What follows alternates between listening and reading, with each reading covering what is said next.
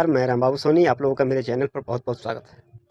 आज मैं फिर कुछ आहत हूँ, क्योंकि आज कारीगरों ने कुछ अलग सा कारनामा कर दिखाया है। जी हाँ मेरे दोस्त, बहुत दुख से मैं वीडियो बना रहा हूँ, क्योंकि 250 ग्राम सोना सराफा व्यापारी का लेकर के वो लोग भाग चुके हैं। वो मेरठ से भागे हैं लेकर के जो 250 ग्राम सोना नीलगली सराफा बाजार से। पश्चिम बंगाल के रहने वाले हैं। दो हैं जिनका नाम है अनूप मंडल और राजू दंडपात।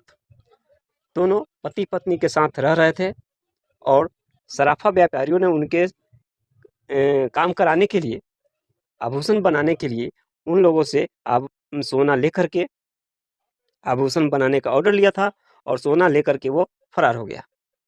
मैं कारीगरों के लिए आवाज़ उठा रहा हूँ कि कारीगर मरे नहीं, कारीगर को कोई दिक्कत नहीं हो, कोई परेशानी नहीं हो। और जब कारीगर ये घटिया काम करना शुरू कर देंगे तो फिर कौन पूछने वाला है?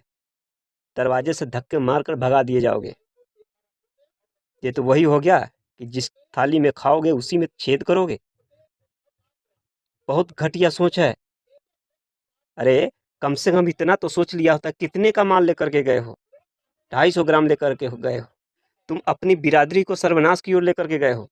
कोई दूसरा कोई अपने कारीगर को शक भरी नजरों से देखेगा, कोई काम नहीं करवाएगा। 40 लाख का माल लेकर चले गए हो इमाम अंदाज में। 40 लाख से क्या जिंदगी चली जाएगी तुम्हारी?